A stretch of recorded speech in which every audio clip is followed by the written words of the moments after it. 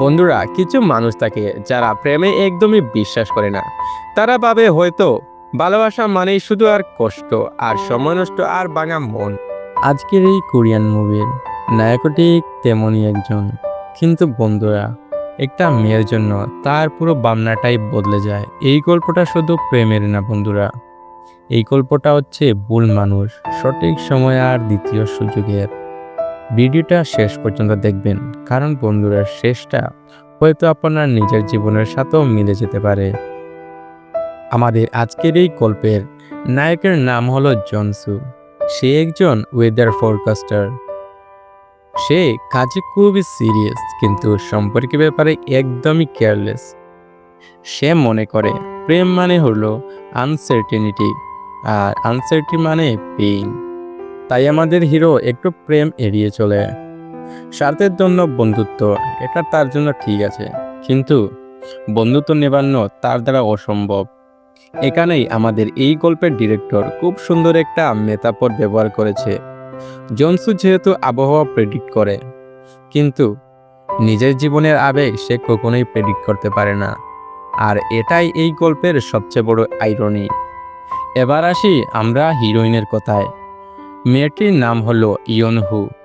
সে খুবই একটা নর্মাল এবং ভেরি ইমোশনাল, এবং সবচেয়ে বড় কথা, সে এখনো বিশ্বাস করে যে সঠিক মানুষ তার জীবনে একদিন আসবেই। কিন্তু সমস্যা একটাই, সে বারবার যখনই প্রেম করে সে ভুল মানুষকে বিশ্বাস করে নেয়। আমাদের হিরোইন প্রেমে পড়ে, সে নিজেকে উজাড় করে দেয়, আর শেষে ভাঙা মন নিয়ে একাই দাঁড়িয়ে থাকে। এই সিনগুলো দেখতে দেখতে আপনার হয়তো মনে হবে এটা তো আমারই গল্প। আমাদের হিরো এবং হিরোইন তারা দুজন আগে থেকেই একে অপরকে চেনে, কিন্তু বন্ধুরা তারা কখনোই একে অপরকে সিরিয়াসভাবে দেখেই না।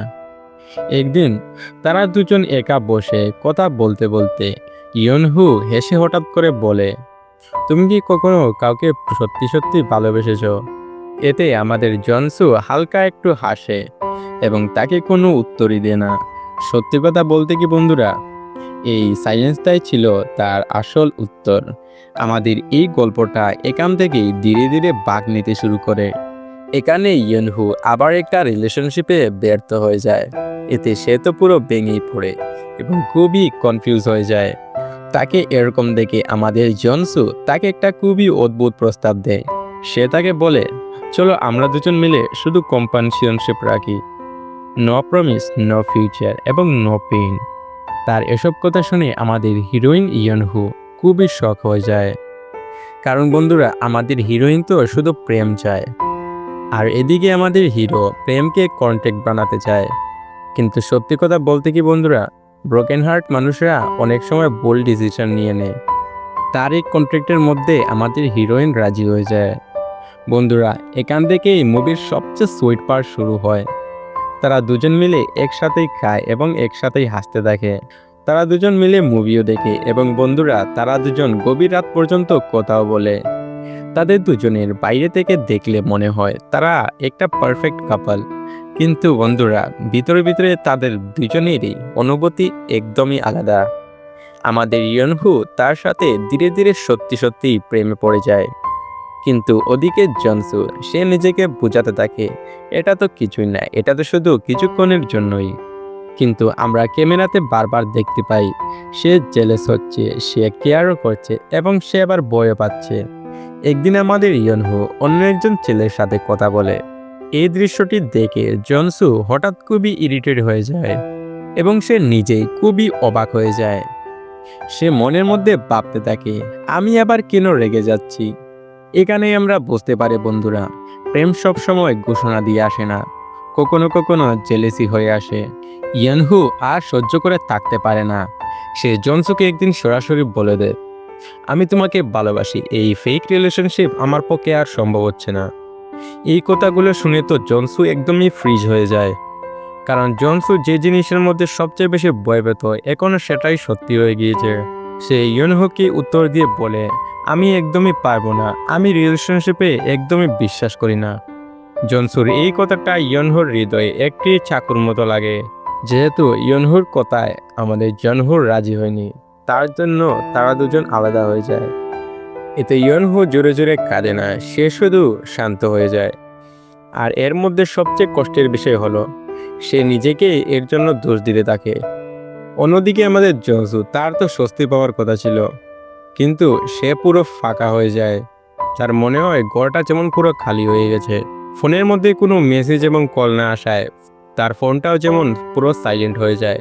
এক কথা তার মনে হয় তার জীবনটা যেমন মিনিংলেস হয়ে গেছে। একদিন আমরা দেখতে পাই জনসু কাজ করতে করতে ওয়েদার ফরকাস্ট ভুল করে। এতে সে বুঝতে পারে সে আবহাওয়া প্রেডিক্ট করতে পারে, কিন্তু তার নিজের অনুভূতি ইগনোর করছে। এরপর সে বুঝে যায় সে ইয়নহুকে হারিয়েছে কারণ সে সাহস করেনি।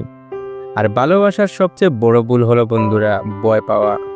এরপর জনসু একটুও দেরি না করে সে সোজা ছুটে যায় ইয়নহুর কাছে। সে ছুটে গিয়ে ইয়নহুকে বলে, আমি পারফেক্ট না, আমি তোমাকে ফিউচার গ্যারান্টি দিতে পারি না, কিন্তু আমি চেষ্টা করতে চাই তোমার সাথে। জনসুর এসব কথা শুনে ইয়নহু একদম ইমোশনাল হয়ে যায় এবং কাঁদতে লাগে। কিন্তু এবার সে কষ্টে কাঁদে না, সে রিলিফে কাঁদে। এরপর তারা দুজনেই বুঝে যায় ভালোবাসা মানে সার্টেনিটি না, ভালোবাসা মানে হলো কারেজ। বন্ধুরা, এই মুভিটা আমাদের শেখায় সব মানুষ প্রেম এড়িয়ে চলে, কারণ তারা খারাপ না, তারা শুধু ভয় পায়। কিন্তু সঠিক মানুষ যদি সামনে আসে তাহলে রিস্ক না নিলে সবচেয়ে বড় লস হয়। বন্ধুরা, আপনার কি কখনো এমন হয়েছে আপনি কি কাউকে ভালোবাসতেন কিন্তু সাহস পাননি? কমেন্ট করে নিশ্চয়ই জানাবেন। আর যদি এই কোরিয়ান লাভ স্টোরি এক্সপ্লেনেশন ভালো লাগে থাকে তাহলে ভিডিওটি লাইক করে দিবেন, এবং এরকম আরও নতুন নতুন এক্সপ্লেনেশন ভিডিও দেখার জন্য আমাদের চ্যানেলটি সাবস্ক্রাইব করে দিবেন।